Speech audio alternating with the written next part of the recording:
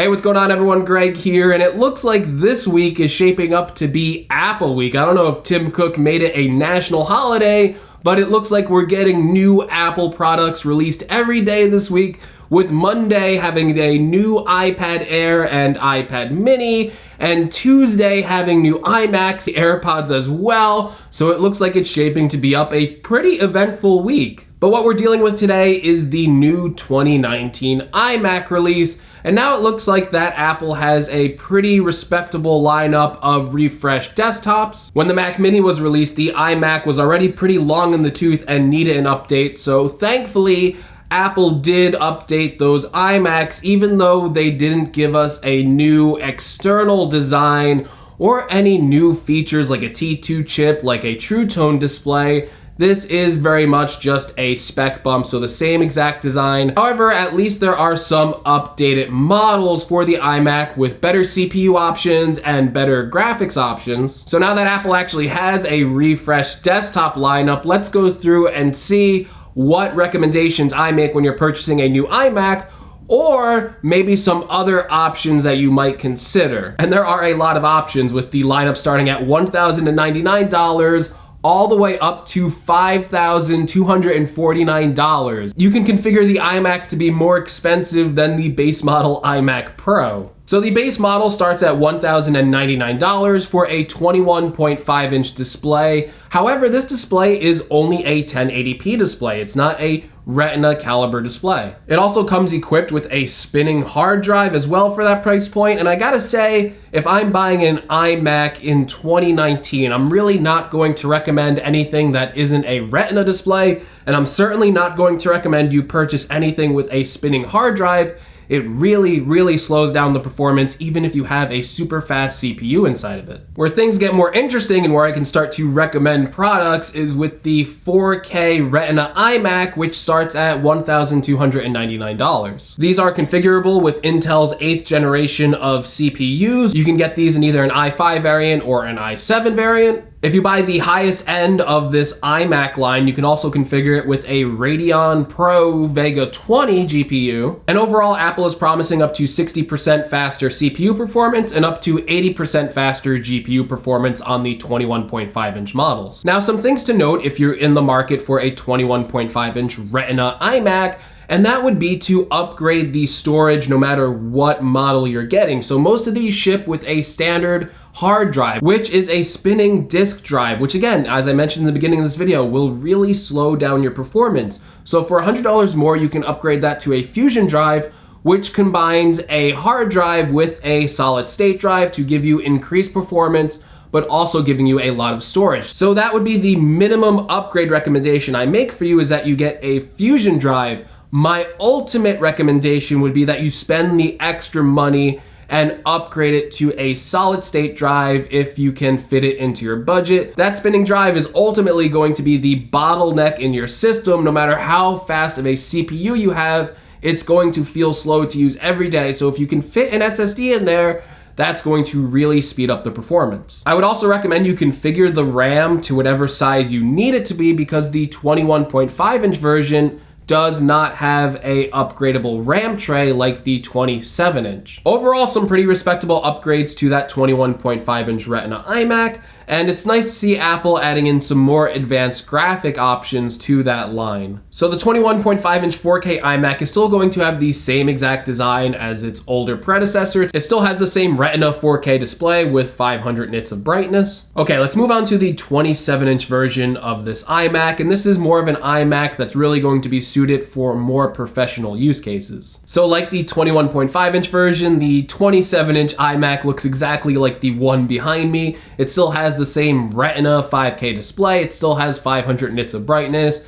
It has the same speakers inside of it. It has the same port situation with 4 USB ports, 2 USB-C Thunderbolt 3 ports, and things like an SD card slot and a headphone jack. Now for the 27-inch version, it starts in ranges from $1,799 to $5,249. In the base model of the 27-inch, you can get an 8th generation Core i5 processor, and all of the 27-inch iMacs start with a 6-core processor, so that is nice to see, considering the last 2017 models started at 4 cores. It comes with a Fusion Drive Standard, which is a little better of a situation than the 21.5-inch iMac, but again, I would recommend, if you can afford it, to really upgrade that to a pure SSD for the best performance possible. You get some better graphic options as well with a Radeon Pro 570X. Moving on to the mid-tier, this starts at $2,000. This iMac is interesting because it starts with a 6-core i5, but you can bump it up to an 8-core i9 processor. And if you didn't know, 8 cores is what ships standard on the base level iMac Pro. Although that 8-core i9 costs $500 extra, you might start seeing some similar performance on a $2,500 iMac to the $5,000 iMac Pro. Okay, and the last line in this 27-inch configuration starts at $2,299. Interestingly enough, the last version of the 27-inch comes standard with Intel's 9th generation of CPUs, which starts at a Core i5 6-core processor, and you can spend $400 more to bump that up to a 9th generation 8-core processor. So it's very interesting to see that these iMacs actually have different generations of processors inside of them. So if you're getting the most expensive lineup in this iMac, you're getting a more advanced CPU. And you can configure this up to 64 gigabytes of RAM, a Radeon 580X or a Vega 48, and up to 2 terabytes of solid state storage. And if you max all of those out, that's where you get that $5,249 price point for kind of a mini iMac Pro situation. I mean, I guess they're the same size, but you get what I'm saying. Okay, now if you're in the market for these Macs, there's also a few other things I want you to know, and that is most notably, if you are getting the 27-inch version of this iMac, I would really recommend that you don't pay for the RAM upgrades. On the 27-inch version, if you go on the back of the device, there is an easily accessible RAM door that you can easily open and put in your own RAM as long as it's the right configuration, and you can save yourself a lot of money by upgrading the RAM yourself. And it is really a hassle-free process compared to taking apart a computer. You just have to open this door, stick in the RAM, and you're good to go. And most preferably, go for the solid state storage.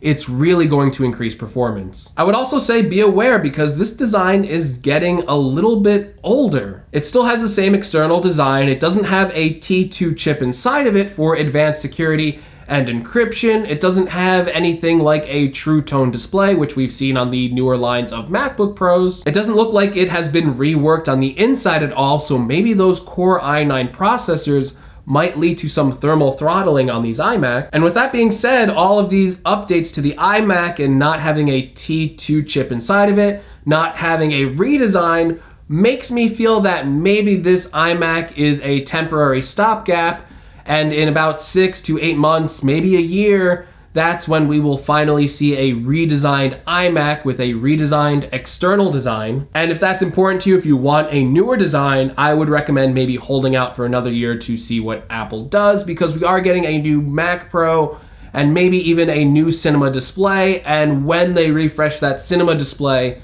I think that's what the next generation of iMacs could look like. That being said, if you're in the market for an iMac, these are spec bumped, and if the external design isn't something you're worried about, if you don't care about the thicker bezels, this thing still has a beautiful 5K display. The upgraded CPUs and GPUs are a welcome addition, especially considering they haven't updated it since 2017. Now let me quickly run through some other options you might consider instead of purchasing one of these iMacs today. You could go with a Mac Mini, which starts at $799. If you want a 6-core CPU, it only costs $1,099 compared to some of the higher prices of the iMacs. The Mac Mini doesn't even come with any spinning hard drive options. It comes with a solid state drive as standard. It is a very fast and capable machine in terms of CPU performance, and it also has a wide array of ports with 2 USB ports, 4 Thunderbolt USB-C ports where the iMac only has 2 of those. And if you already have a display you like, that's when maybe you should consider purchasing the Mac Mini, especially if CPU performance is the most important thing to you. Now, where you don't want to consider the Mac Mini is if you need a machine with good graphics options. Sure, you could put an external graphics card on the Mac Mini,